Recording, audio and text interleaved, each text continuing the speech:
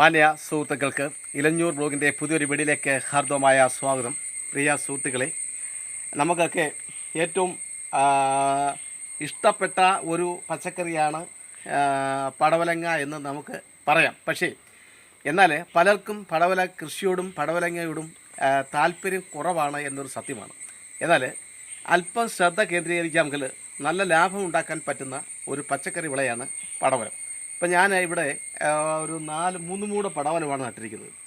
3 മൂട് പടവലം നട്ട് ഞാൻ വളങ്ങളൊക്കെ ഇട്ട് അത് ചെറിയ രീതിയിലൊരു പന്തലാക്കി ഇട്ട് പടർത്തിയപ്പോഴും നല്ല വിളവ് എനിക്ക് ലഭിക്കുന്നുണ്ട്.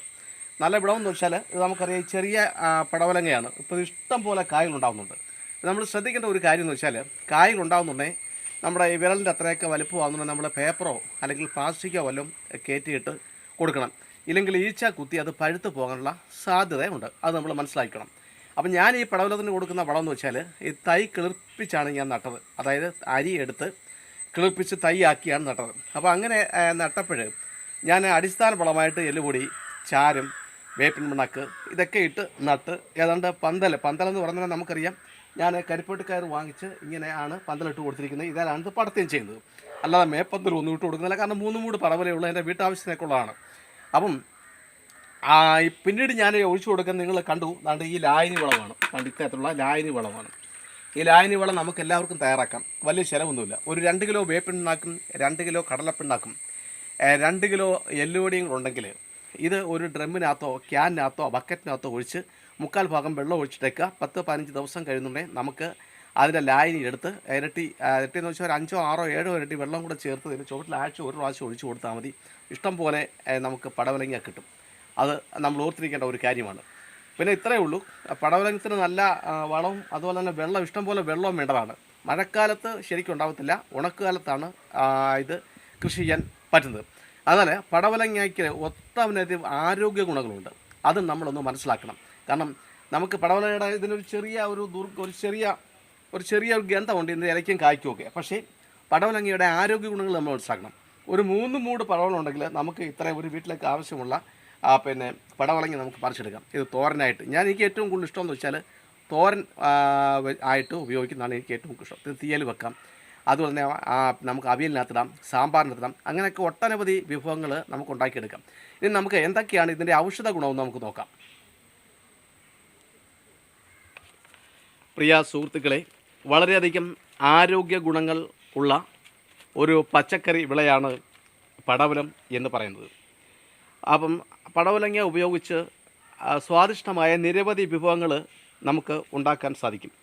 Vitamin A, vitamin B, vitamin C, magnesium, potassium, calcium, ഇരുമ്പ് എന്നിവയുടെയൊക്കെ ഒരു വലിയ കലവറ തന്നെയാണ് പടവലങ്ങ എന്ന് നമുക്ക് പറയാം.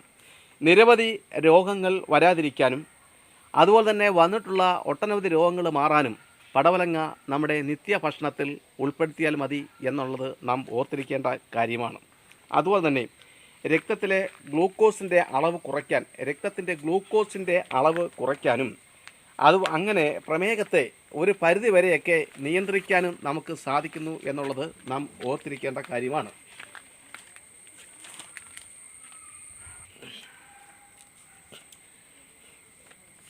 അതുപോലെ തന്നെ നമുക്ക് പനി ഉണ്ടാകുമ്പോൾ ശരീരത്തിന് വലിയ അസ്വസ്ഥതകളും കാര്യങ്ങളുമൊക്കെ ഉണ്ടാവാറുണ്ട്.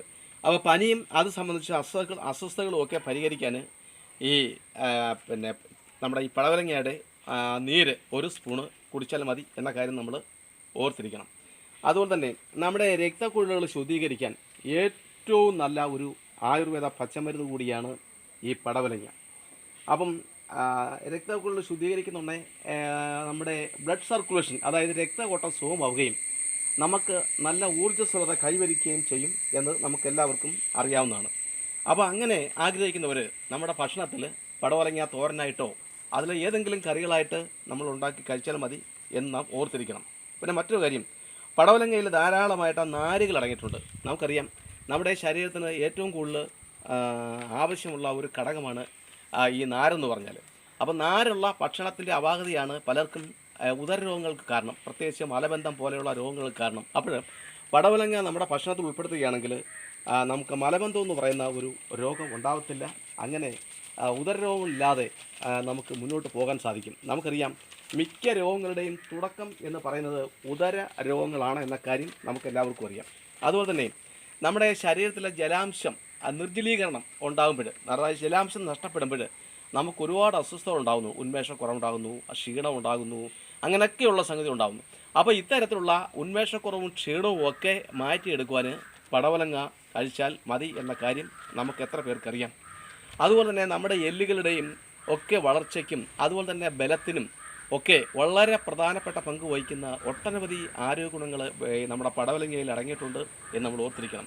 അപ്പം ശരീരത്തിൽ പല വിധത്തിൽ വിഷാംശങ്ങൾ വന്ന് ചേരുന്നുണ്ട്, നമ്മൾ കഴിക്കുന്ന ആഹാരത്തിലൂടെയും ശ്വസിക്കുന്ന വായുവിലൂടെയും ഒക്കെ. അപ്പോൾ ഇത്തരത്തിലുള്ള വിഷാംശങ്ങളെ നീക്കം ചെയ്യാനും ശരീരത്തെ ശുദ്ധീകരിക്കുന്നതിനും പടവലങ്ങ ആഹാരത്തിൽ ഉൾപ്പെടുത്തിയാൽ മതിയെന്ന് നാം ഓർത്തിരിക്കേണ്ടതുണ്ട്. അതുപോലെ തന്നെ പടവലങ്ങയിൽ വളരെ കുറഞ്ഞ അളവിലുള്ള കലോറി മാത്രമേ അടങ്ങിയിട്ടുള്ളൂ. അതുകൊണ്ട് തന്നെ നമ്മുടെ ശരീരത്തിൽ അടിഞ്ഞു കൂടിയിരിക്കുന്ന കൊഴുപ്പിനെ ഇല്ലായ്മ ചെയ്യാൻ, തൽഫലമായി പൊണ്ണത്തടിയും കുടവയറും ഒക്കെ കുറയ്ക്കാൻ ആഗ്രഹിക്കുന്നവർക്ക് പടവലങ്ങ നമ്മുടെ ആഹാരത്തിൽ നിത്യഭക്ഷണത്തിൽ ഉൾപ്പെടുത്തുന്നത് നന്നായിരിക്കും. പിന്നെ മറ്റൊരു സംഗതി, വാതവേദനകൾ. നമുക്കറിയാം ഒട്ടനവധി ആൾക്കാർ വളരെയധികം വിഷമിക്കുന്ന ഒരു രോഗമാണ് വാദം. വാദവേദനകൾ ശമിക്കാനും വാദം ക്രമേണ ഇല്ലാതാകുന്നതിനും ഒക്കെ പടവലങ്ങ നിത്യഭക്ഷണത്തിൽ ഉൾപ്പെടുത്തിയാൽ മതി എന്ന കാര്യം നമ്മൾ ഓർക്കണം. അതുപോലെ തന്നെ പടവലങ്ങയിൽ ധാരാളമായ ആൻറ്റി ഓക്സിഡൻറ്റുകൾ അടങ്ങിയിട്ടുണ്ട്. അപ്പോൾ അതുകൊണ്ട് തന്നെ ക്യാൻസറിനെ ചെറുക്കാൻ പടവലങ്ങയ്ക്ക് കഴിയും എന്ന കാര്യവും ഇവിടെ പ്രസ്താവ്യമാണ്. പിന്നെ മറ്റൊരു സംഗതി വെച്ചാൽ നമ്മുടെ തലമുടിയിലൊക്കെ ഉണ്ടാകുന്ന താരൻ, അതുപോലെ തന്നെ മുടി കൊഴിച്ചിലൊക്കെ നമുക്ക് നിൽക്കാൻ ഈ പച്ചപ്പടവലങ്ങയുടെ നീര് ഒരു സ്പൂൺ എടുത്ത് തലയിൽ തേച്ച് പിടിപ്പിച്ച് ഒരു 30 മിനിറ്റിന് ശേഷം കഴുകിക്കളഞ്ഞാൽ താരനും മുടി കൊഴിച്ചിലും ഒക്കെ മാറി മുടി സമർത്ഥമായി വളരാൻ സഹായിക്കുന്നു എന്ന് നമ്മൾ ഓർത്തിരിക്കണം. അപ്പോൾ ഇത്തരത്തിലുള്ള ഒട്ടനവധി ആരോഗ്യ ഗുണങ്ങളുള്ള ഈ പടവലം പ്രിയ സുഹൃത്തുക്കളെ നമ്മൾ ഒന്ന് കൃഷി ചെയ്യേണ്ടത് വളരെയധികം അത്യാവശ്യമാണ്. വളരെ എളുപ്പത്തിൽ ഏത് കാലാവസ്ഥയിലും നമുക്കിത് വളർത്തിയെടുക്കുവാൻ സാധിക്കും. അപ്പം മേൽപ്പന്തലൊന്നും കെട്ടിക്കൊടുക്കേണ്ട കാര്യമില്ല. നമ്മൾ ഇതേപോലെ കരിപ്പോട്ട് കയർ വാങ്ങിച്ച് കമ്പുകൾ കുഴിച്ചിട്ട് നമുക്കിങ്ങനെ ഇത് വളർത്തിയിട്ട് ആവശ്യത്തിന് വെള്ളവും വളവും ഒക്കെ നൽകിയാൽ ഒറ്റ മൂട് പടവലമായാലും മതി. ഇതെല്ലാ ദിവസവും നമുക്ക് പടവലങ്ങ പറിക്കാനും ഈ പറയുന്ന ആരോഗ്യ ഗുണങ്ങൾ സംരക്ഷിച്ച് നമുക്ക് സന്തോഷത്തോടെ ജീവിക്കാനും ഇടവരും എന്ന കാര്യത്തിൽ തർക്കമൊന്നുമില്ല.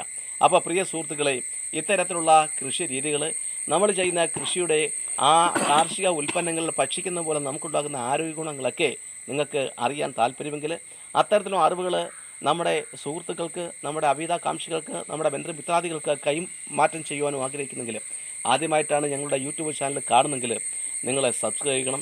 അതുപോലെ തന്നെ നാളിതുവരെ സബ്സ്ക്രൈബ് ചെയ്തിട്ടില്ലെങ്കിലും സബ്സ്ക്രൈബ് ചെയ്യണമെന്ന് അപേക്ഷിക്കുകയാണ്. അതുപോലെ തന്നെ നാളിതുവരെ എനിക്ക് പൂർണ്ണ പിന്തുണയും സഹായ സഹകരണങ്ങളും ഒക്കെ നൽകിക്കൊണ്ടിരിക്കുന്ന എല്ലാ മാന്യ സുഹൃത്തുക്കൾക്കും ഞാൻ കൃത്യമായി നന്ദി അറിയിക്കുന്നു. എല്ലാവർക്കും ഒരിക്കൽ കൂടി നന്ദി, നമസ്കാരം.